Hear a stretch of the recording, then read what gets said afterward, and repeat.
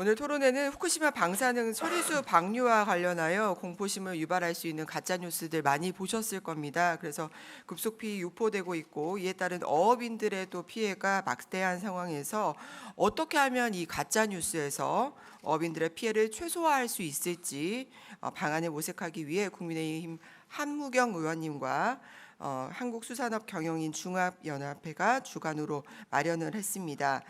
네, 오늘 토론회 진행은 좌장이신 최준기 교수님께서 맡아주시겠습니다. 안녕하십니까. 오늘 토론회의 좌장을 맡은 인하대학교 해양학과의 명예교수로 최준기입니다. 반갑습니다.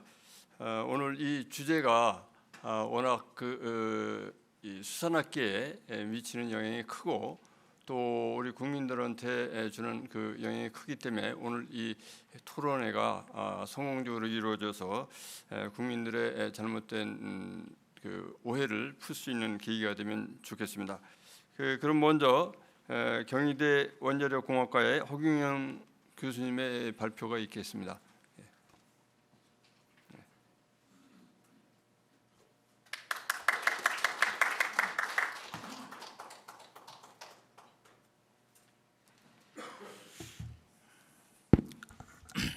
안녕하십니까.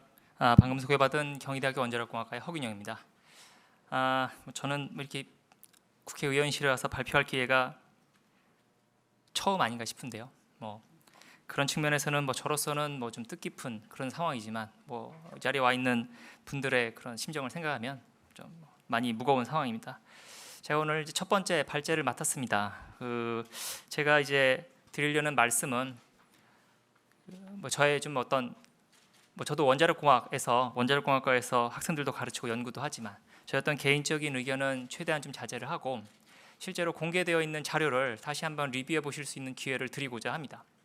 많은 분들이 보실 수 있는 자료이니만큼 나중에 검증할 수도 있고요. 맞는 건지 틀린 건지 확인할 수도 있고요. 또한 그런 자료를 내놓는 쪽도 상당히 신경을 써서 진행을 해야겠죠. 일단 그런 좀 말씀을 먼저 드리고 시작을 해보겠습니다. 말씀하신 대로 한 12, 3분 안에 좀 마무리 지어보겠습니다. 이런 좀 위인물 있으시니까 찾아보시면 되겠고요.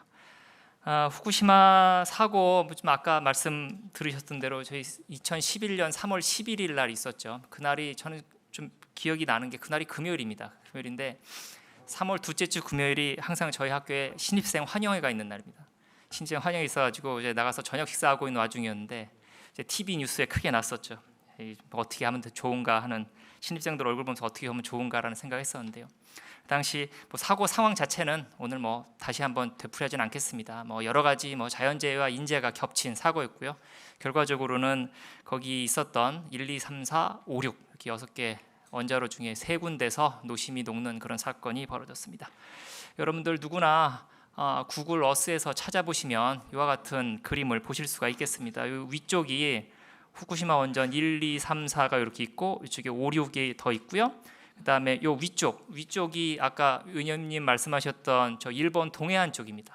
저쪽 태평양 쪽이고 이쪽 아래쪽으로 쭉 가면은 이제 일본 지나서 이제 우리나라 쪽으로 오는 그런 방향이 되겠습니다. 발전소 옆에 이쪽에 이렇게 있는 것들이 지금 말씀하신 오염수, 처리수를 담아놓은 탱크들입니다. 탱크들이 쭉 배치가 되어 있습니다. 요거 그래서 다음 장을 한번 더 보시면은 요걸 이제 좀 설명한 일본 측 자료인데요. 말씀드렸던 것처럼 발전소 이쪽에 위치하고 있고 탱크 구역이 있고 지금 이쪽 부근에 이제 소위 그 오염수를 처리하는 시설들을 마련을 해서 여기서 이제 그런 좀 오염물질, 방사능 오염물질을 처리하고 해서 쭉 위로 지금 태평양 저쪽으로 방출할 수 있도록 지금 터널을 공사 중이라는 말씀을 들으셨습니다.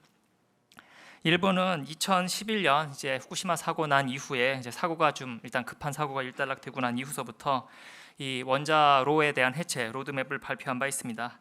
근데 이때 가장 좀 사실 걱정이 됐던 거는 이제 지하수가 계속 원자로 안으로 스며들면서 그 오염수가 밖으로 나가는 게 가장 좀 이제 골치 아픈 기술적으로도 좀 어려운 그런 상황이었죠.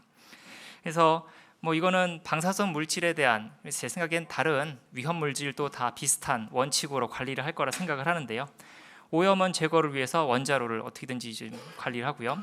오염원 근처에 물이 가까이지 않게끔 함으로써 오염수 자체 양이 크지 않게 하고, 그 다음에 설령 오염수가 생기더라도 밖으로 노출하지 않겠다, 이런 대원칙을 세워서 요 중장기 해체 로드맵이 바뀌었는데, 가장 최근에 나왔던 오판에 보면은 여기 보면은 2025년까지 오염수 발생량을 기존에 이게 지금 데이 하루에 150 입방미터인데 물이 1m면 한 1톤 되니까 2025년까지는 하루에 한 100톤 정도로 관리하겠다라고선 이제 발표를 한 겁니다. 다음 페이지 보시면요. 그 말씀드린 것처럼 오염수가 이제 원자력물 안으로 들어오면, 오늘 아침엔가도 뉴스 보니까 이제 안에 그 사진, 이제 촬영한 사진들이 나오고 있는데, 안에 여전히 그 원자로 녹은 저 잔여물이 있어서 거의 방사선 물질이 묻어서 이제 밖으로 나오게 되는 그런 상황인데요.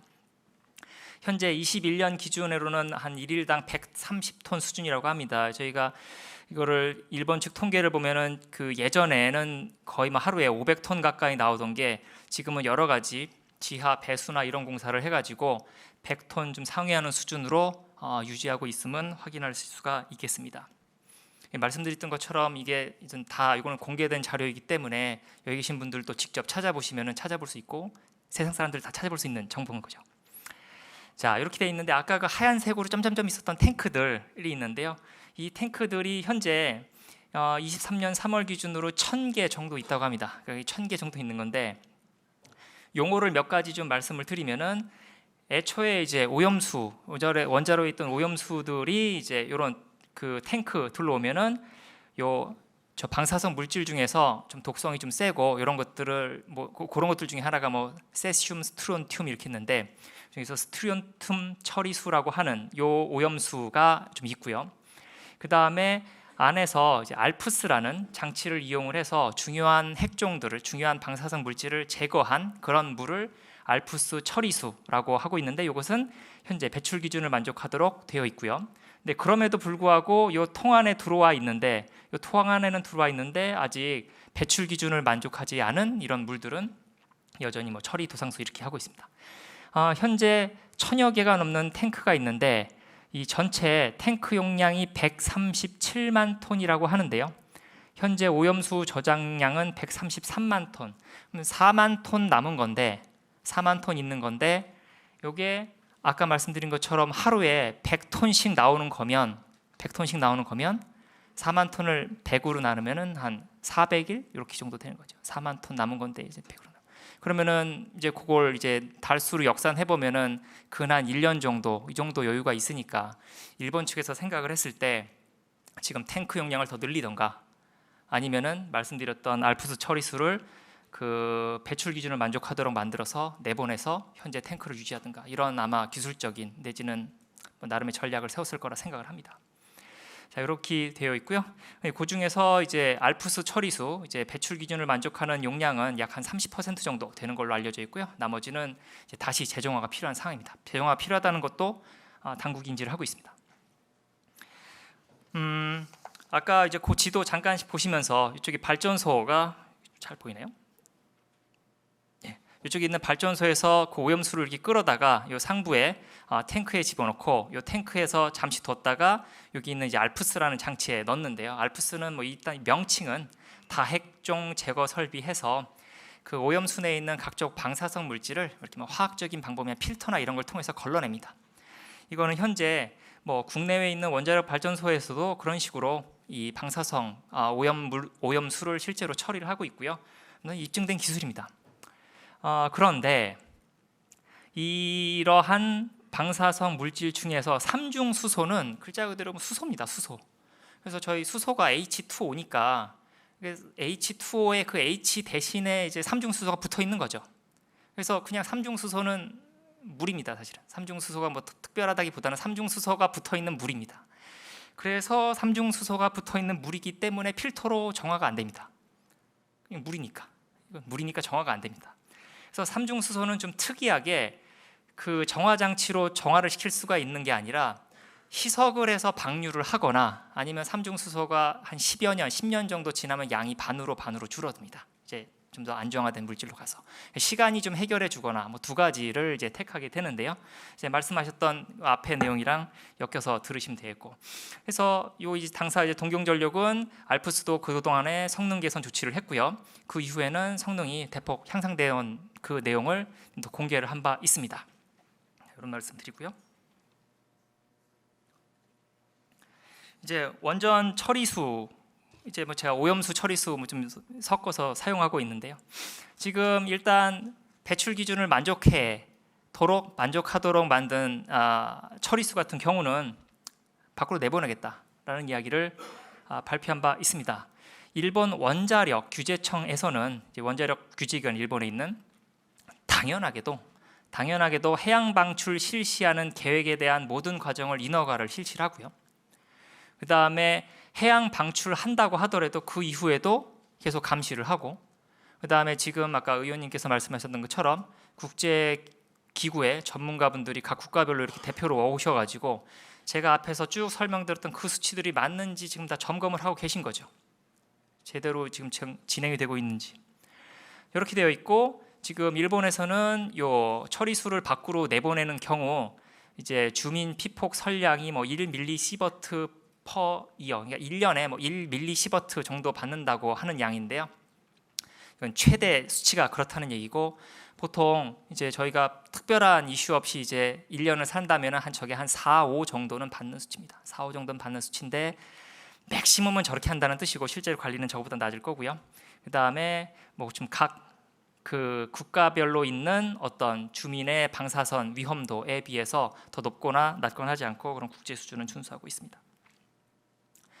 당사자인 도쿄 전력은 어떻게 하기로 했느냐? 말씀드렸던 것처럼 삼중수소를 제외한 것은 알프스에서 처리해서 시험해서 괜찮으면 다음으로 넘기고, 아니면 또 자꾸 또 필터하는 이런 식으로 하고요. 나머지 남은 삼중수소는 바닷물에다가 이제 배출은 하는데 그 기본적인 배출치인 뭐 6만이라는 수치의 40분의 1로 희석하여 방류를 하겠다라는 거고요. 6만이라는 수치는 뭐 여러 가지 음용수에 들어있는 삼중수소 농도도 국가보다 조금 차이는 있겠지만 국제 보건기구의 음용수 기준은 현재 만이라는 수치를 갖고 있습니다. 그러니까 만이라는 수치보다도 훨씬 적은 양이니까 실은 이제 뭐 안전관리 측면에서는 충분한 그 여유도가 있다라고 저는 말씀드릴 수 있겠습니다. 요 뒷페이지에 다시 설명드리고요. 저는 이제 뭐 오염수 자체가 밖으로 안 나오면 뭐 저도 좋겠고 여러분들께서 또 오늘 같은 토론에도 필요가 없으셨겠지만, 만일에 이거를 방출을 한다고 하더라도 지금 보시는 것처럼 정화 처리된 오염수를 1만 톤씩 이제 측정 확인용 탱크에 다시 담아서, 일부 또 모여 있을 수가 있으니까 잘 휘저어서 섞어서 거기서 실험을 한 다음에 오케이가 되면은 이제 방수 터널로 방출을 하고요. 1km 떨어진 터널로 방출을 하고, 이 과정을 일본뿐만 아니라 제3의 기관에서도 독립적으로 분석하고 공개하고, 배출 기준이 불맛이 되면은 다시 돌아가서 정화를 시키고, 이송 라인에 그 방출수가 처리수가 나가는 그 터널 쪽에 방사선 감시기를 설치해서 이상시에 차단을 하겠다. 요 그림보다는 요 다음 게 좀 나을 것 같은데, 아까 이쪽 바다가 지금 태평양 쪽입니다. 일본 동쪽으로 나 있는 바다인데 발전소 4개가 있고 여기 탱크들 쭉 있고 여기 아까 처리 설비가 있고요. 그래서 처리된 시설은 요 길을 쭉 따라서 이렇게 내려와서 1km짜리 터널을 쭉 지나서 요 끝에서 방류를 하는, 그동안에 요런 정도로 바닷물에 희석을 시켜서 내보내면은 아까 말씀드렸던 그런 상황이 된다라는 거고요. 지금 현재 국제원자력 기구입니다. 국제원자력 기구는 11개 나라의 전문가 그룹을 통해서 오염수 검증을 하고 있는데요. 국내에서도 킨스라는 원자력 안전 전문 기관에서 참여를 하셔가지고 하고 있고, 오늘 어제인가 신문 보니까 조만간 이 우리나라에서도 이 검증 결과가 어떤지를 설명을 하겠다라는 기사를 봤던 것 같습니다. 그래서 오염수 처리 지점, 오염수가 나가기 전에도 확인하고 방출되는 과정에서도 모니터링하겠다라는 상황이고요. 지금 여기 아시는 것처럼 대략 뭐 탱크의 용량이나 이런 거 봤을 때 올 여름 정도서부터 시작하지 않겠냐라는 생각할 수가 있겠습니다. 시간이 거의 다 돼서 지금 후쿠시마 지금 현재 그 처리수에 담겨져 있는 어떤 방사선 물질, 우리가 위험하다고 생각하는 방사선 물질이 후쿠시마 때 세슘의 총 0.004%, 읽기도 좀 힘든, 전 세계 자연 생성량의 약 한 1% 정도가 삼중수소가 지금 배출되어 있고요. 국제보건기구 먹는 물 기준의 10% 정도의 농도로 지금 기준을 설정을 하고 그걸로 내보낸다고 하니까 실제로는 이거보다 좀 더 적지 않겠나 하는 말씀드립니다. 지금 뭐 방출이 안 됐으면은 저도 뭐 좋겠습니다만 실제로 일본 정부가 하겠다라고 하고 여러 가지 배출 기준이 맞는다고 하면 뭐 그 상황 자체는 저희가 받아들일 수밖에 없지 않나라는 생각이 듭니다. 근데 그럼에도 불구하고 뭐 해양수산부도 있고요, 원자력 안전위원회도 있고요, 여러 가지 환경 방사능 감시를 할 뿐더러 그다음에 말씀드린 것처럼 지금 현장에 가서 상황도 그 분석을 하고 계시죠. 저희가 원자력 공학 할 때 원자력이 위험하다는 건 저도 알고 있습니다. 방사선 위험하다는 건 저도 알고 있습니다. 그런데 위험한 건 알면서도 저희가 이걸 활용을 하고 있죠. 그 이유는 우리가 위험을 관리하기 때문입니다. 항상 주변에 도처에는 위험이 있고 저희는 그거를 이고 살고 있지만 관리하고 살고 있습니다. 원자력 안전에서 가장 중요한 항목 두 개를 이야기하라면 저는 심층 방어랑 품질 보증 두 가지를 항상 설명을 합니다. 어디 가시나 들으실 수 있는 용어실 거예요. 심층 방어가 뭐냐면 처음에 그 방출되기 전에 오염수를 충분한 설계를 해서 잘 필터링을 하고요. 그 다음에 너무 그 장치 자체도 과도하게 활용하지 않고 적당한 범위 내에서 활용하고, 문제가 되는 경우에 방사선을 탐지를 해서 딱 방출 라인 스톱시키고 다시 조사하고, 그 다음에 그 방출 라인을 1km 밖에 터널에 배치를 해서 설령 조금 문제가 있는 방출수가 나간다 하더라도 빨리 끊고 여기 안을 이제 관리할 수 있는 그런 어떤 거리두기, 이런 것들이 장치를 하고 있고요. 마지막으로 국제공조와 국가적 차원의 지원을 통해서 여러 가지 모니터링도 하고 오늘 뭐 수산업 이런 것도 감시도 하고 이런 것들이 다들 이루어지고 있습니다. 저런 우리가 뭐 앞에 공개되어 있는 자료들이 조금 미진할 수도 있고 그중에 뭐 틀린 것도 있을 수 있을 겁니다. 그렇지만 저런 다단계에 걸친 우리의 어떤 안전망이 우리 뭐 국민 여러분의 그런 건강을 지키리라 생각을 하고요. 이런 장치가 있음으로 해서 우리가 좀 더 안심하고 있을 수 있지 않을까 하는 말씀 드립니다. 마지막 시간이 좀 지났네요. 쭉 다 말씀드렸고, 이 안전은 어느 분야에서나 다 강조하고 중요한 덕목인 건 사실입니다. 근데 저희가 갖고 있는 게 항상 한정돼 있지 않겠습니까? 저희 뭐 사람도 한정돼 있고 돈도 한정돼 있고 자원도 한정돼 있고, 한쪽에 너무 불필요한 안전을 혹은 한쪽에 너무 안전을 강조하다 보면은 결국엔 다른 쪽의 위험이 도드라져 나오게끔 될 수밖에 없는 상황이긴 합니다. 그래서 저희가 이런 방사선 안전에 대한 각별한 관심을 갖는 건 중요하겠지만 오늘 처음 여기 토론회처럼 과도한 공포 이런 부분들은 좀 합리적으로 생각할 부분이 있지 않나 싶어서 여기서 발제는 마치도록 하겠습니다. 감사합니다. 박 교수님이 그 후쿠시마 원전 사고 오염 처리수 그 상황에 대해서 말씀을 해주셨고, 처리수 그 심층 방어 체제에 대해서 말씀해 주셨습니다. 이 안전을 위해서 실제로 그 과학적인 어떤 또 국제적인 어떤 공조 이런 체제까지 말씀해 주셨습니다. 다음으로는 정경태 소장님께서 후쿠시마 원전 오염 처리수 방류가 수산물에 미치는 영향에 대해서 발표해 주시겠습니다. 후쿠시마 원전 오염수가 우리나라 수산물에 미치는 영향에 대해서 현재까지 가용 가능한 자료를 제가 정리를 해서 추정을 해서 발표를 하게 됐습니다. 첫 슬라이드로 잘 아시겠지만 우리나라의 일본 8개현 수산물 수입 규제 도입 과정을 요약해 보았습니다. 2011년 사고 후에 후쿠시마 주변 특정 식품의 선별적 규제가 있었습니다. 2012년 4월에는 일본 수입식품 기준 강화가 있었죠. 세심 기준으로 해서 370에서 100베케럴 per 킬로그램으로 강화가 됐습니다.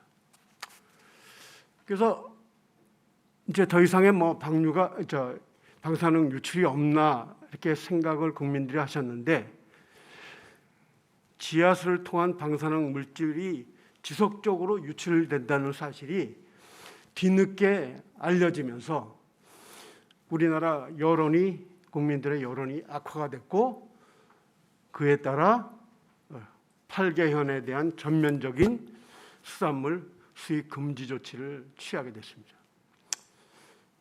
여기서 좀 흥미로운 사실은 그러니까 우리나라 수산 경제가 위축이 되기 시작한 게 본격적으로 위축이 된 게 2013년입니다. 2013년과 2014년입니다.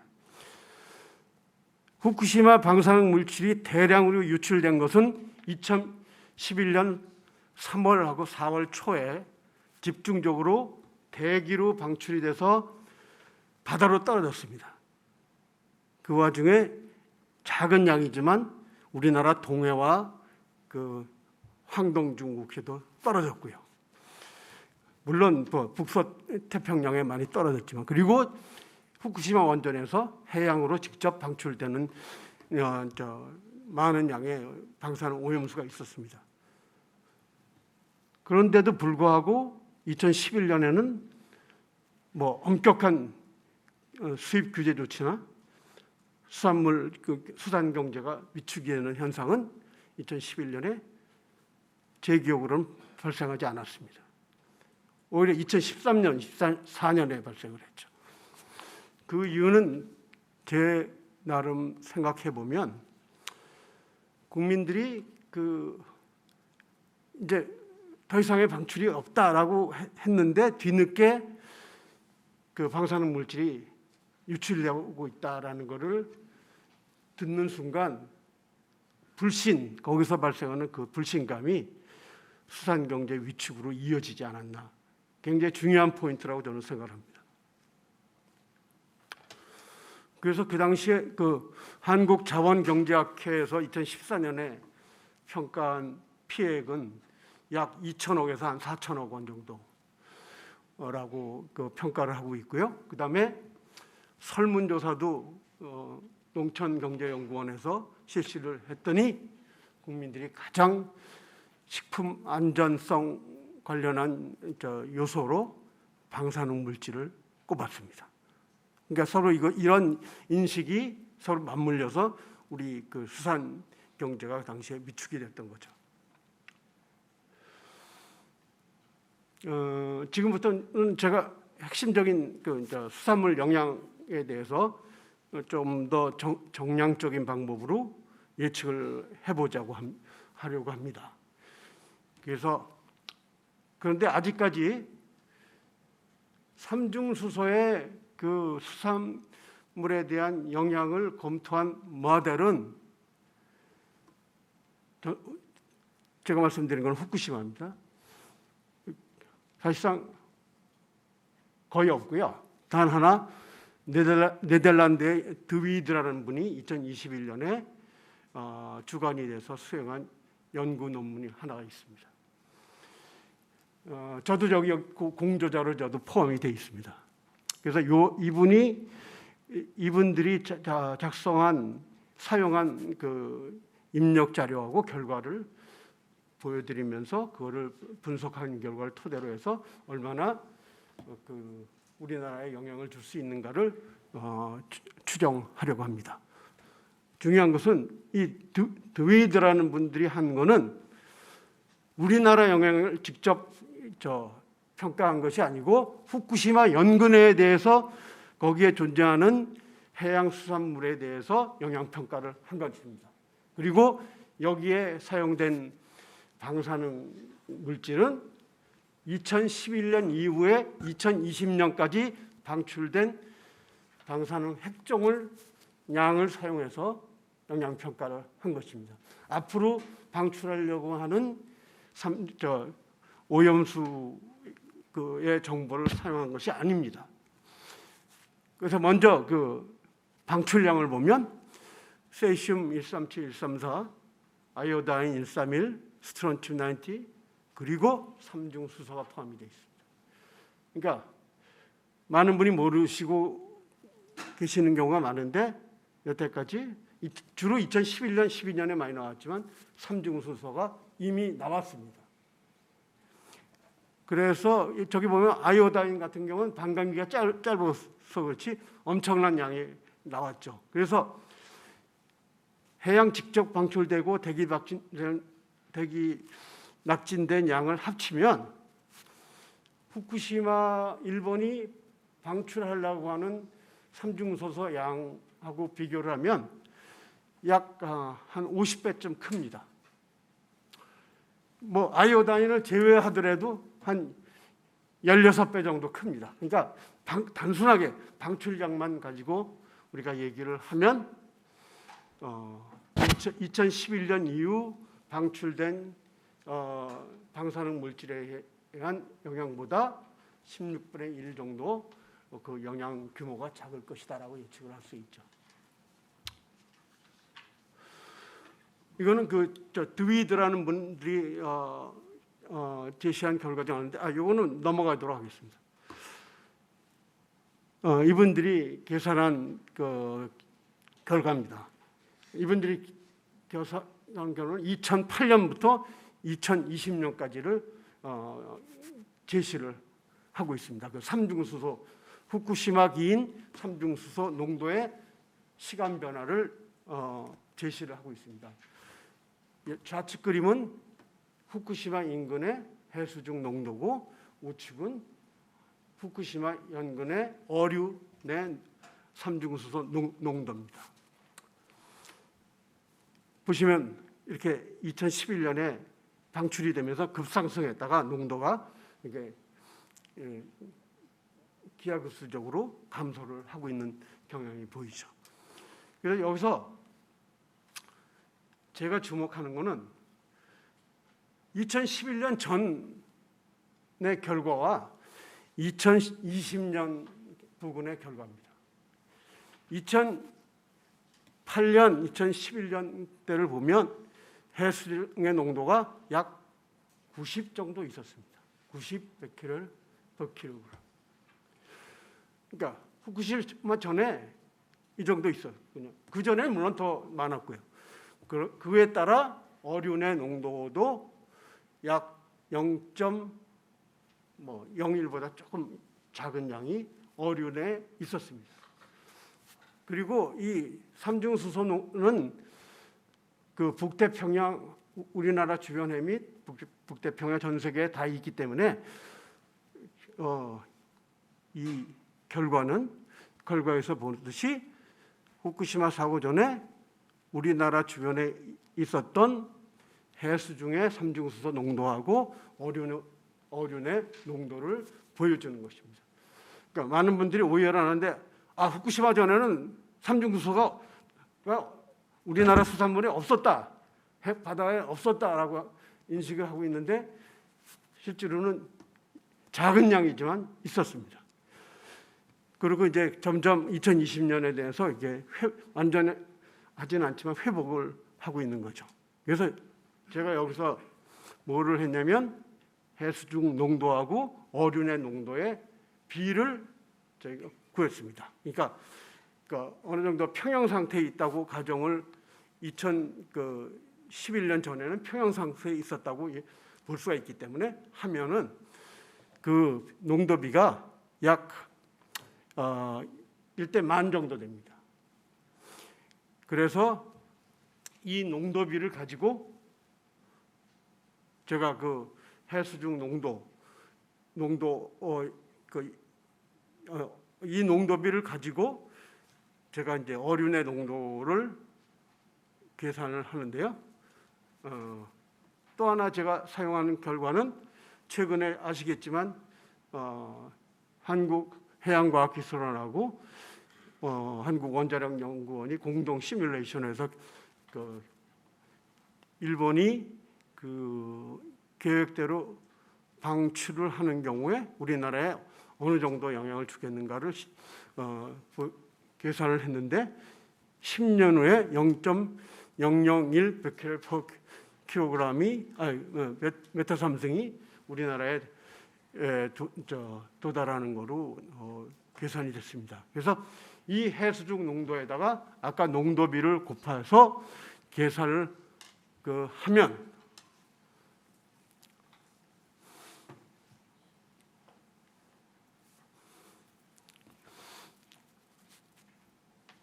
하면 후쿠시마 오염수에 의한 우리나라 주변 어류에 미치는 영향은 10의 마이너스 7승 베케렐 per 킬로그램입니다. 그러니까 아까 보시면은 그 후쿠시마 전에 우리나라 해역에도 0.01 베케렐 per 킬로그램이 있었다는 걸 알 수 있는데 그거에 약 그 10의 5승분의 1 정도 수준으로 수산물에 영향을 주게 된다는 것을 추정할 수가 있습니다. 따라서 우리나라 수산물의 영향은 무시할 수준으로 미미하다라고 말씀을 드릴 수가 있고, 그리고 한마디로 또 부연해서 설명드리면 10년 후에 방출수가 우리나라 해역에 도착을 하더라도 지금보다 어류 내 삼중수소 농도가 낮아집니다.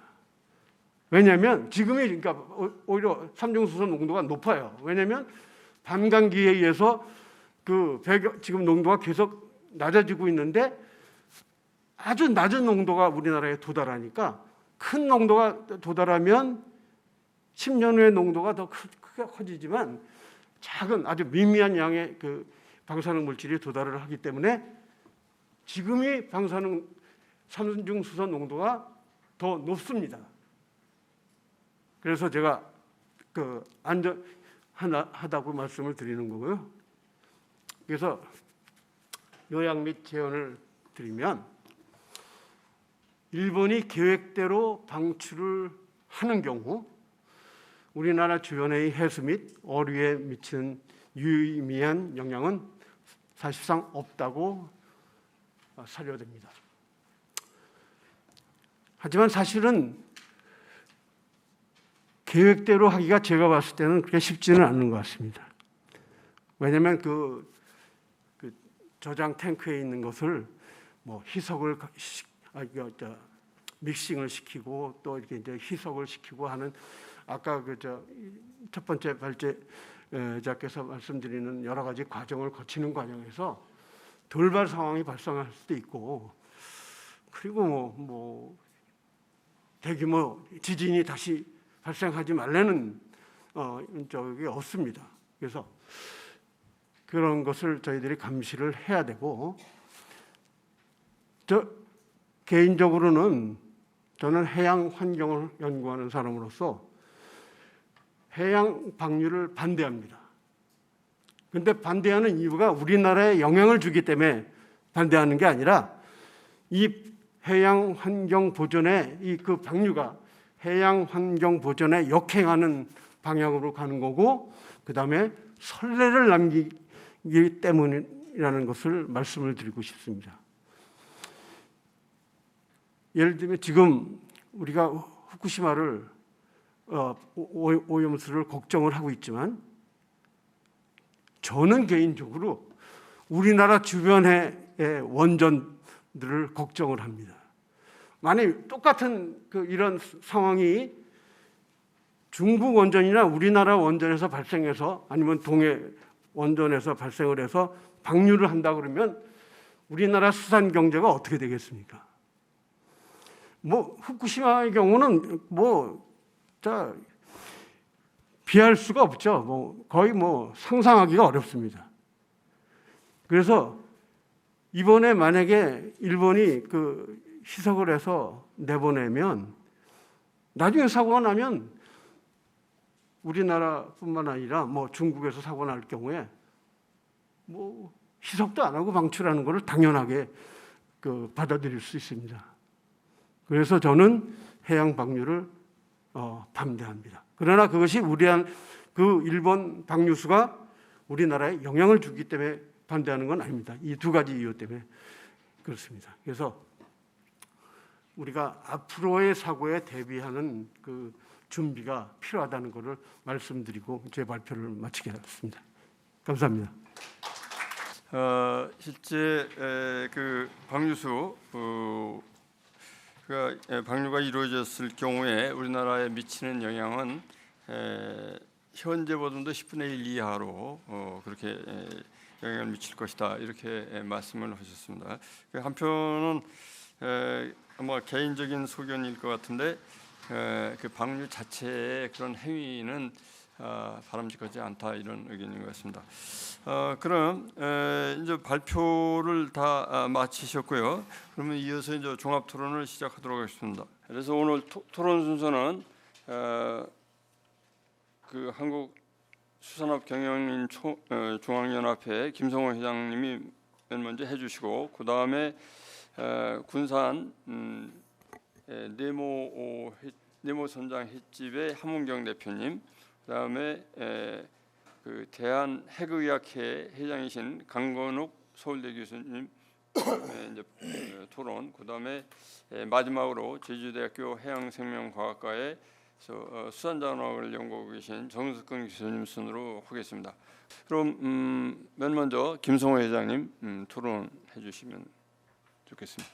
예, 안녕하십니까. 한국수산업경영회 중앙연합회 회장 김성호입니다. 저는 책자에 있는 걸 오늘 책자는 참고를 해주시고요. 저는 이 일본 원전 오염수 방류와 그리고 괴담 가짜 뉴스로 인해서 지금 저희 어업인들이 겪고 있는 고통과 제가 평소에 일본 원전 오염수에 대한 생각을 잠깐 말씀을 드리겠습니다. 과연 우리 그 사회 질서 유지에서 안전 불감증과 과민한 반응 중 무엇이 더 위험하다고 생각하십니까? 둘 다 사회를 해치는 결정적 요소들입니다. 과연 우리들은 일본 원전 오염수에 대한 지식이 얼마나 있을까요? 그냥 TV에서 떠들어 제끼는 언론인들의 선동가들의 그런 지식을 보고 가지고 있는 정도일 것입니다. 세계 과학자들은 하나같이 얘기를 합니다. 그리고 우리나라 원자력에 권위 있는 대다수 과학자와 이 문제를 직접 다루고 있는, 그리고 기준치를 바탕으로 시뮬레이션을 담당한 두 군데 우리나라 국제 연구기관이 있습니다. 한국해양과학기술원과 한국원자력연구원에서조차도 우리나라 해역에는 미치는 영향은 없다, 문제가 없다고 발표를 했지만 많은 국민들은 의문을 제기합니다. 왜일까요? 저는 전문가는 아니지만 전 세계적으로 일어난 일을 바탕으로 우리가 겪어본 경험을 토대로 잠깐 말씀드리고자 합니다. 2011년 3월 쓰나미로 인해 일본 후쿠시마 원전이 폭파되고 처리를 하지 않은 수많은 방사능 물질이 바다로 투기되었고, 그때도 마치 바다의 모든 물고기가 해양 동식물이 오염된 것 같은 보도들이 잇따라 방송되고 유치원이나 초등학교 모든 식단에서 생선은 사라졌습니다. 급기야 수산물의 소비량은 급감되었고 많은 어민들이 피해를 볼 수밖에 없었습니다. 시간이 지나고 나니 어떻습니까? 우리 해역, 우리 바다 수산 동식물 중 하나라도 오염된 것이 있습니까? 전 해역을 모니터링해도 방사능 수치는 하나도 변한 게 없었습니다. 가짜 뉴스, 괴담, 선동가들 진짜 무섭습니다. 폭탄보다 총칼보다 무서운 게 선동가들입니다. 또 다른 예를 한번 들어보겠습니다. 러시아는 1966년부터 그것도 30년간이나 1993년까지 태평양도 아닌 우리나라 동해 울릉도 근해에서 계속 처리를 하지 않는 원전 오염수를 해양 투기를 해왔습니다. 그것도 태평양이 아닌 우리 동해입니다. 일본이 방출하고자 하는 이 양의 3분의 2 오염수를, 처리도 하지 않은 오염수를 30년간 우리나라 독도 인근에 방출해 왔습니다. 해양 투기를 해왔습니다. 이것을 일본이 알고 발끈했고 한중러 합동조사단을 만들어 투기한 지역 지정과 오염 예상주의에 오염 측정을 해서나 별다른 징후를 찾지 못했고 방사능 수치의 변화는 일어나지 않았습니다. 미국은요, 네바다주 원전 핵폭탄을 지상에서 100번, 지하에서 828회나 핵실험을 강행했습니다. 지상과 지하를 합치면 928회나 됩니다. 그런데 그곳에서 불과 400여 킬로 떨어진 곳에 염전 소금밭이 있습니다. 그 소금밭의 90%가 미국인들이 식탁용 소금으로 사용되고 있고 불과 135km 떨어진 곳에 라스베가스가 있습니다. 380km 떨어진 곳에 로스앤젤레스가 있습니다. 그럼에도 그곳의 시민들은 불안감 없이 일상생활을 하며 잘 살고 있습니다. 어쩌면 방사능의 위험성이 지나치게 과장되어 있는 것일 수도 있습니다. 대서양의 핵폭탄 실험과 체르노빌 원전 사고 시에도 오염수는 지중해로 유입될 수밖에 없었을 것입니다. 노르웨이 고등어, 노르웨이 연어, 대한민국에서 수입해서 제일 좋은 수산물로 각광받고 국민들이 즐겨 찾고 있습니다. 진짜 위험한 것은 방사능의 위험성보다 더 큰 위험이 국민들을 갈라치게 하고 국민을 농락하고 어민들의 생계를 위협하는 수많은 가짜 뉴스와 괴담 선동일 것입니다. 그렇다고 일본을 동조하는 것은 아닙니다. 무책임하고 치졸한 일본을 강력히 규탄하고 저주합니다. 하지만 가짜 뉴스와 괴담 선동가들의 선동과 정치인들의 정치적인 의도로 또다시 어민들이 생계를 위협받고 목숨을 버리는 안타까운 일들이 또다시 일어나서는 안 될 것입니다. 우리나라 수산물 안전합니다. 전 세계 어느 나라에서 생산하는 수산물보다 저희 이 나라 수산물 안전합니다. 우리나라 전해역에 90여 개의 방사능 측정 계측기가 설치되어 있고 해양 오염 측정을 하고 있으며 전해역에서 어획되는 모든 어획물에서도 무작위로 시료를 채취하여 방사능 측정을 하고 있고 정부 기관에서도 정보 공개를 투명하게 하고 있습니다. 이제는 괴담이나 가짜 뉴스 선동가들이 선동이 아닌 정부에서 앞장서서 원자력 전문가와 수산업 전문가들이 힘을 합쳐서 일본 원전 오염수의 가짜 뉴스와 괴담을 정리해 줄 필요성이 있습니다. 이제 저희 어민들도 나서겠습니다.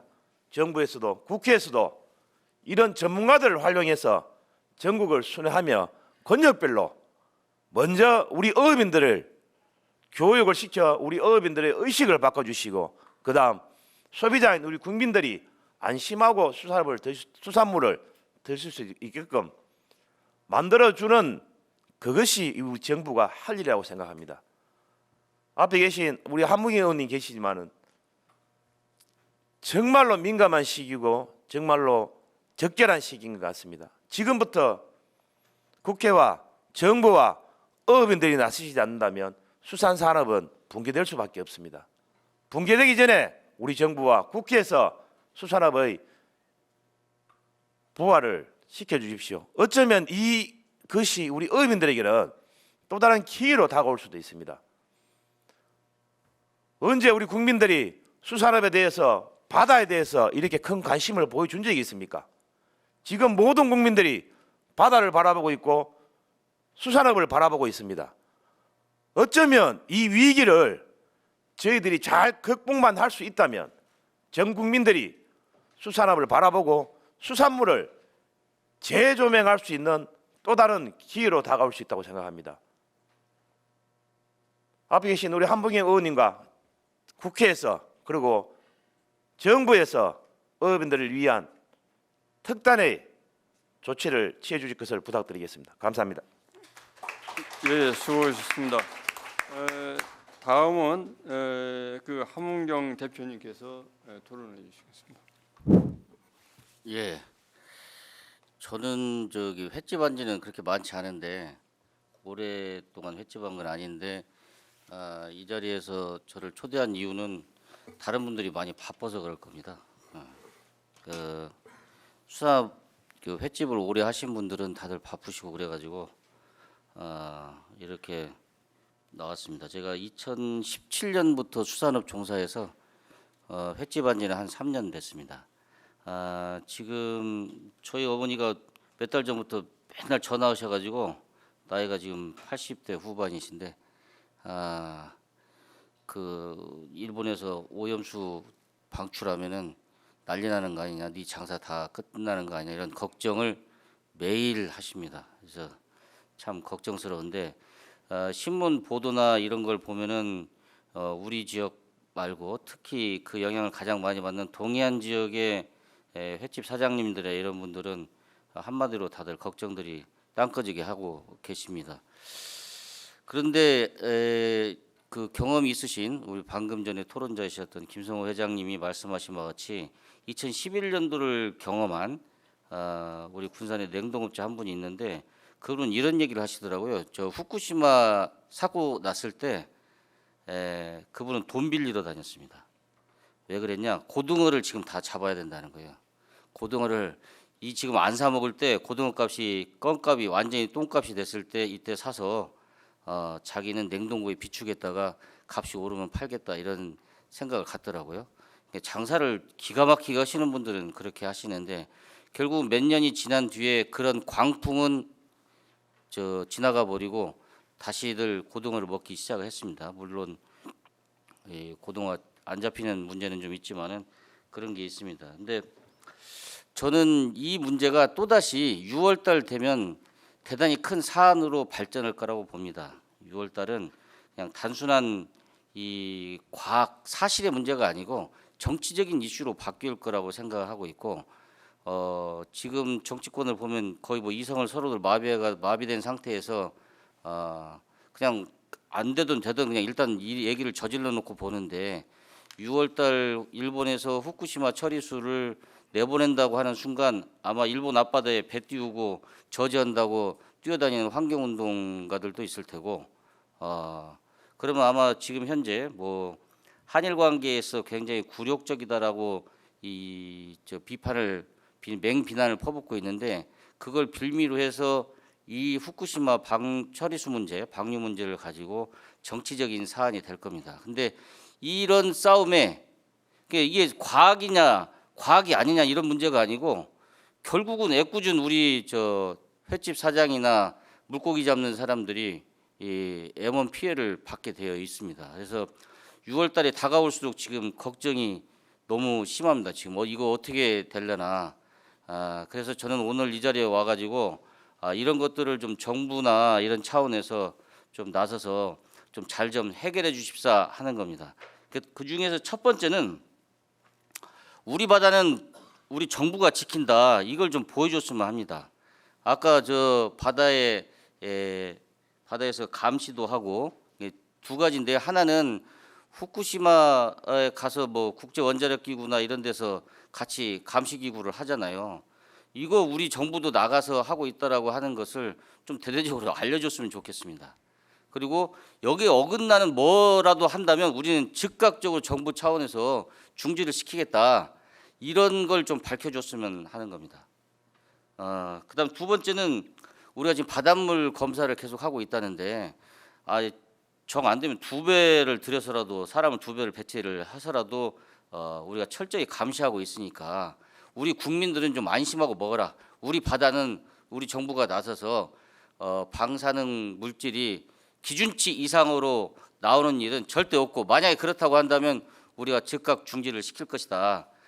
이런 걸 좀 해줬으면 좋겠습니다. 너무 정부 차원에서 너무 얌전하게 성명서나 낭독하고 그러니까 다른 퍼포먼스도 있고 홍보도 있고 그럴 텐데 그런 걸 적극적으로 해주십사 하는 부탁을 좀 드리고 싶습니다. 이 정부가 이렇게 좀 나서줘야만 두 번째로 수협에서도 좀 일을 할 수 있습니다. 수협에 가면은 공판장에 가면 붙어 있어요. 후쿠시마 방류 반대한다. 지금까지 뭐 방류 반대한다 할 수 있어요. 근데 수협이 나서서 그렇게 하면 제가 볼 때는 자기 발등을 자기가 찍는 거예요. 그러지 말고 우리 정부가 적극 지키고 있고 또 수협도 나서서 이 문제에서는 좌시하지 않으니 안심하게 수산물이 공급되도록 우리 수협도 철저하게 감시하고 관리 감독하고 있으니 국민 여러분 안심하고 드십시오. 이렇게 얘기를 해줘야 되는데 오히려 수협이 나서서 위험을 부추기고 있어요. 이런 점을 좀 해결해 주십사 하는 걸 좀 말씀드리고 싶었고요. 그다음에 세 번째는 이 언론에 보면은 요즘 저기 텔레비에 보면은 텔레비 환경이 참 나쁜 건 맞는 것 같아요. 제가 볼 때는 말도 안 되는 사람이 나와가지고 떠들고 있어요. 그 나와서 나오는 패널들이나 뭐나 이런 사람들이 이 저기 뭐야 일방적인 얘기만 와서 하고 있습니다. 마치 지금 저 동해안이 서해안이 그냥 방사능 물질로 가득 찰 것처럼 6월달 되면 난리가 날 것처럼 그렇게 공포를 떠들고 있는 공포수를 조성하고 있는데 그런 말에 대해서 대꾸할 수 있는 사람을 초대도 안 해요. 언론 환경에서 텔레비나 이런 데서. 정말 미치겠어요. 그걸 보면은 저 말 한마디 할 때마다 사람들은 아 이거 바다의 물고기 먹으면 안 되겠구나 이런 생각들을 가질 텐데 저는 그런 대책이 지금 굉장히 필요하다고 생각을 합니다. 그래서 이것을 막으려면은 예를 들어서 정부가 됐던 어떤 연구소가 됐던 이런 데서라도 토론회를 해서 사람들 불러갖고 좀 토론회도 하고 이랬으면 좋겠어요. 대표적인 사람이 서울대 원자핵공학과의 서균열 교수 같은 사람이 있어요. 이분이 나와서 하여튼 원자핵공학과지 명예교수지 이 사람이 나와가지고 그냥 한마디씩 떠들면은 그냥 진짜 큰일 나는 것처럼 생각들을 합니다. 그래서 아무리 제가 봐도 엉터리 같은 얘기인데 그걸 반박할 수 있는 사람 같이 불러주질 않아요. 그래서 아예 그냥 그 환경운동 하는 사람 다 불러가지고 한쪽에 놓고 거기에 반대되는 사람 한쪽에 놓고 토론을 시켜서 승부를 끝장을 보게 해서 끝장 토론을 시키든지 해서 더 이상 언론에서 일방적인 얘기가 유통되지 않도록 그렇게 하는 방법이 있었으면 좋겠다 이런 생각을 가지고 있습니다. 그렇지 않고 저는 이 괴담이라고 하는 것은 쉽게 끝나지 않을 것 같고요. 6월 달 되면은 이 더욱 기승을 부릴 텐데 이 시의적절하게 이런 토론회도 하셨는데 이런 내용들이 좀 더 많이 알려지고 수산업 이거 규제만 풀고 그러면 우리나라에서 육고기의 물고기 횟집 매출이나 이런 것이 한 17분의 1 정도 돼요. 근데 이거 풀어주면은 국민들의 고급 단백질을 정말 몸에 좋은 단백질을 바다에 나가서 마음껏 잡을 수 있도록 여러 가지 규제만 풀어주면 얼마든지 할 수 있어요. 똑같은 사료비나 뭐 이런 게 많이 드는데 물고기는 잘만 잡으면은 똑같은 어로 비용 가지고 더 많이 잡을 수 있거든요. 그러니까 이런 국민에게 양질의 그 단백질을 공급할 수 있는 우리 수산업에 많은 관심을 가져주시고 이 6월달 풍전등화 같은 이 어업인들이나 수산업 관계자들이나 이런 분들이 좀 활짝 웃을 수 있도록 많이 좀 관심 갖고 도와주셨으면 합니다. 감사합니다. 예, 감사합니다. 그러면 다음은 강건욱 교수님께서 토론해 주시겠습니다. 네, 안녕하십니까? 예, 저는 이제 서울대학교 병원에서 암 환자를 이제 치료하고 있는 내과하고 해기학과 전문입니다. 주로 이제 대량의 방사성 물질을 인체에 투여해서 치매 검진도 하고 또 암 치료도 하고 하는 일이 제 일입니다. 그 일본 후쿠시마 사고 당시에도 제가 여러 번 언론에 나와서 얘기했습니다. 우리나라 해역이나 우리나라 사람들, 우리나라 지형에는 아무 영향을 주지 않는다. 그럼에도 불구하고 그 공포 때문에 심지어 학교를 휴교를 하기도 하고 또 급식에다가 생선을 빼기도 하고 그런 일들이 일어나서 실제로 아마 학생들 건강도 해치고 그거로 인한 암 증가도 이제 생겼을 거라고 저는 추정하고 있습니다. 일본 후쿠시마에서 방출하겠다는 그 방사성 물질 삼중수소는 정상적으로 가동되고 있는 중국 원전에서 방출하는 거에 10분의 1도 안 됩니다. 그 지난 20년간 우리 서해안에다 방출하고 있는데요. 그럼에도 불구하고 우리나라는 영향도 없었고 지금 그 일본이 제대로 처리를 못해서 그냥 방출한다 하더라도 우리나라는 영향이 없습니다. 계산적으로는 태평양 희석돼서 1조 분의 1이 10년 뒤에 온다 이런 얘기를 하는데요. 그 얘기는 이거랑 똑같습니다. 일본 사람들이 담배는 방사능 물질보다 훨씬 더 발암 물질이 그거는 이미 검증됐고요. 담배를 피고 있으니까 그게 공기 중에 지구 대기에 희석돼서 결국 우리나라에 1조 분의 1이 온다. 10년 뒤에. 그 얘기랑 똑같다고 생각하시면 됩니다. 그러니까 사실은 모든 물질은 지구상에 뿌리게 되면 없어지지 않거든요. 결국 희석돼서 계산하면 다 옵니다. 그건 계산일 뿐이죠. 그렇죠? 우리나라 사람들이 일본 사람들이 다 담배 피는 거에 대해서 걱정합니까? 그만큼 희석돼서 우리나라에 올 때는 의미 없는 수치가 돼 있기 때문에 그런 거죠. 1조분의 1이라는 게 의미가 있다고 얘기하는 것 자체가 그건 뇌피셜이고, 그런 거를 언론이라든지 SNS에다가 얘기하는 것 자체가 결국은 자기네들의 일종의 정치적 이득 또는 경제적 이득을 위해서 일종의 가짜 뉴스를 퍼뜨리는 것이죠. 그러면 이 고리를 끊어줘야 된다고 저는 생각합니다. 이 고리는 결국은 뭐냐면 경제적 이득을 취하기 위해서 우리 어민과 수산업계의 경제적 이득을 뺏어가는 거거든요. 그럼 결국 우리 국민들의 돈을 자기네들이 취해가는 것이기 때문에 이거는 단호하게 저는 이제 대응해야 된다 생각하고, 대표적인 예는 뭐 수협 같은 데서는 결국은 유튜버들 중에서 조회수가 높은 분들, 이런 분들은 뭐냐면 결국 광고비로 먹고 살려고 하는 겁니다. 그러면 여기다가 공문을 보내셔야 돼요. 당신네들 이런 가짜 뉴스로 계속 하게 되면 우리는 앞으로 민사소송 고소를 해서 그거에 대한 우리 어민들과 수산업계의 경제적 피해에 대한 보상을 해야 된다. 그렇게 이제 일종의 워닝을 하시고요. 특히 조회수가 높은 굉장히 마케팅 바이럴 마케팅 많이 하는 분들 대상으로, 만약에 실제로 나중에 피해를 보게 되면 당연히 고소 고발을 하셔서 그만큼 피해 보상을 물어내도록 저는 해야 된다고 생각합니다. 그 다음에 이제 또 하나가 이런 이제 뇌피셜 이런, 그렇죠. 뭐 물고기가 뭐 우리나라 해역은 깨끗해도 후쿠시마 물고기 여기까지 온다. 오는 도중에 다 희석됩니다. 물고기는 체내 반감기가 삼중수소는 이틀밖에 안 돼요. 이틀 안에 온다 하더라도 반 정도로 줄어들어 있고요. 한 오는 동안에 한 달 걸려서 오면 몸속에 삼중수소는 다 빠져나가고 우리 해역에 왔을 때는 그냥 우리 해역에 있는 정상적인 삼중수소 농도밖에 남지 않습니다.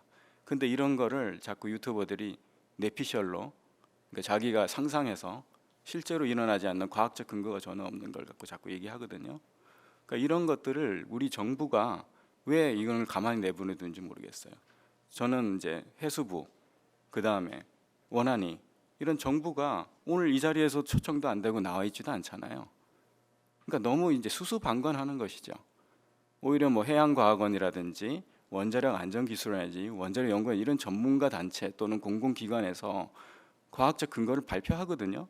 당연히 그런 과학적 근거를 바탕으로 해서 정부는 계속 국민들한테 안심을 시켜주는 공식적인 그 자료를 내고, 그 다음에 정부의 스테이트먼트, 정부는 이렇게 생각한다, 그래서 우리 국민들 안심해라라는 거를 계속 공지를 하셔야 됩니다.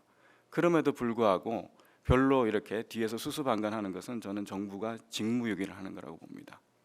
그래서 만약 정부가 공식적으로 해수부라든지 원안위가 이거 문제가 없다고 얘기하면 그거를 근거로 우리 수산물 협동조합이라는 이런 데서는 분명히 공문도 보낼 수 있고 처리를 다 할 수 있거든요.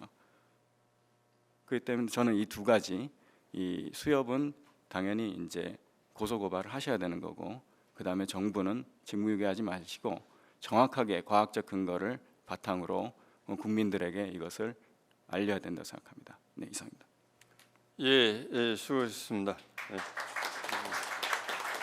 그러면 마지막으로 정석근 교수님께서 토론해 주시겠습니다. 네, 안녕하십니까. 제주대학교에서 수산학을 전공하는 정석근이라고 합니다. 불러주셔서 고맙고요. 저는 요 수산물 방사능 후쿠시마 관련해 10년 전부터 언론에 기고하고 또 제가 목소리가 안 나오니까 유튜브로도 저도 막 동영상을 만들어 가지고 하는데 그 영향력은 별로 없습니다. 그래서 참 많이 베풀려 왔는데 저 12년 전이나 지금이나 바뀐 거 한 개도 없고 지금 가는데, 제가 12년 전에도 제가 강의를 가서 제가 경영하시는 분들, 서울에 오신 분들 그런 분들 보고 아무 문제 없다 수산물, 깜짝 놀래요. 깜짝 놀래요. 그래서 제가 설명을 하려고 하니까 또 수산 전문 건의를 하니까 말을 좀 알아들으시고 하는데, 또 12년 지나도 또 안전하다 또 깜짝 놀래요. 깜짝 놀래가지고 바뀐 게 없는데, 그 선동의 힘이라는 게 얼마나 크냐면은 제가 뭐 사람들 아까 우리도 발표도 하시고 하셨지만은 일반인들 이런 거 발표하면 일단 들을 생각도 안 하고 들어도 무슨 말인지 모릅니다. 숫자 나오고 하면은 그 배경농도 10만 분의 1 하면 그 이해하는 사람 학생들 가르치도 우리 학부생들 가르치면 한 50명 가르치면 한두 명밖에 이해 못해요. 그런 말을 언어를 이해를 못합니다. 그래서 이제 선동이 강력한 게 딱 한 문장으로 하는 게 그 감정이 호소하는 거 이게 굉장히 강력하지. 우리가 앉아가지고 있으면 제가 강의한다고 좀 유튜브 해봤자 보도 않는데 그래서 뭐 이제 쉽게 제가 이야기를 하죠. 그러면 이제 뭐 쿠로시 해류가 뭔지도 모르니까 이제 해류를 설명하고 자 이렇게 흘러가는데 미국하고 캐나다가 더 큰 영향을 받을 건데 왜 미국하고 캐나다가 조용한지 않았고 그러면 또 뭐라 하냐면 그 뭐 미국이 뭐 일본 편 들어가지고 뭐 이런 이야기를 하고 그래요. 하고 가는데 그런 것부터 이제 감정적으로 제가 이제 이야기를 뭐 이렇게 하는데 제가 또 우리가 이 놈도 마찬가지지만 제가 한번 10년 전에도 물었고 요즘도 묻습니다. 자, 제가 북한에 있는 핵무기하고 저 고려원자력 발전소 중에 두 개 중에 어느 게 더 위험하다고 생각하냐니까 제가 물어보면 99% 원자력 발전소가 위험하다고 대답합니다. 아 진짜요? 제가 물어보니까. 그래서 한 번 더 묻죠. 북한 핵무기는 살상 목적으로 만든 게다 사람 죽이려고. 자 고려 원자력 발전소는 평화 목적으로 전기 생산하러 만든 게다. 저 어느 게 더 위험하다 생각하니까 그래도 고려 원자력 발전소 더 위험하다 생각하고 있습니다. 그게 지금 우리나라 일반인들 생각이에요. 아니 세뇌가 돼 있습니다. 제가 대학이라면 제법도 이상한 사람이에요. 또 세뇌가 돼 있다는 증거는 또 뭐냐면은 감정적으로 나와요. 제가 예를 들어서 수산물 안전하다, 뭐 방사능 안전하 이러면 저 유튜버니 뭐 틱톡이 올렸는데 욕부터 바르는 욕부터 뭐 토착 외국부터 시작해가지고 뭐 바로 욕부터 날아와요. 니나 먹으라 이리 나가가지고 그 이제 그냥 그 감정적으로 나온단 말은 이성적으로 계산하는 게 아니고 수십 년 동안 선동이 돼가지고 딱 지금 세뇌가 돼 있단 말이에요. 그러니까 자기가 그 감정적으로 받았던 그게 안주하는 거에 그때 누가 엉뚱한 이야기 하니까 그걸 이제 자기가 믿어왔던 걸 완전 부정을 하니까 이제 감정도 나오게 되는 거죠. 자기 그 존재 자체를 부정하는 거지 보면 그렇게 되니까 선동이라는 게 그렇게 무섭습니다. 그래서 제가 이런 이제 그 선동을 깨는 거 여기 지금 후쿠시마 문제가 결국 나오지만 나중에 원자력하고도 같이 연결이 됩니다. 연결이 되고 또 우리 수산하고도 연결이 되는데 그래서 제가 뭐 그 아까 뭐 저장을 방류하는 게 무조건 안 좋다는데 아까 저 말씀드렸는데 저장하는 거 방류하는 거하고 둘 다 똑같습니다. 뭐 저장을 하면 안전하다 생각하는데 그거 잘못된 거 생각입니다. 저장하면 저장해둘수록 더 위험해요. 어찌 보면은. 그래서 방류하는 거 왜 저장을 안 하고 방류를 하는데 실제로 보면 저장을 하면은 그 관리하고 아까 지하수 유출수도 되죠. 더 컨트롤이 안 됩니다.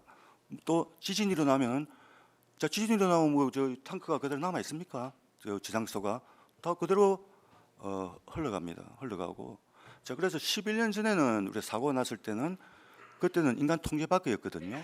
인간 통제밖에였고 통제밖에여가지고 뭐 농도 아까 뭐 평상시보다 5천만 배 높게 나왔는데 지금까지 그 먹고 뭐 수산물 먹고 죽은 사람 아무도 없고 아픈 사람도 아무도 없습니다. 또 해양생물 해가 되는 경우도 한 번도 없습니다. 기준치를 뭐 넘었다는데 기준치 넘은 거는 사람 먹는 걸 기준으로 하는 거고 생물 자체는 아무 해가 없어요. 그런데 그런 지난 10년이 아니라 지난 1945년 뭐 핵심하고 나서부터 지금까지 100년 가까이 해양 생물에 조금이라도 해가 된 적이 케이스가 보고된 지 한 번도 없습니다. 없는데 이게 사람들이 이제 해양 생물에 영향을 준다. 또 우리가 먹으니까 영향을 준다. 그렇게 이제 생각을 하고 있는데 지금은 인간 통제 아래에서 또 국제 감시기구에서 아주 그 정교하게 해가지고 방류를 하는 거거든요. 치밀하게. 이거 가지고 이제 시비를 걸고 있는데 그러면 아까 말대로 무조건 보관을 해둔다. 저장소에. 그러면 만약 지진이 일어나면 어찌 됩니까? 통제 밖으로 벗어난 겁니다. 통제 밖으로 지진이라고.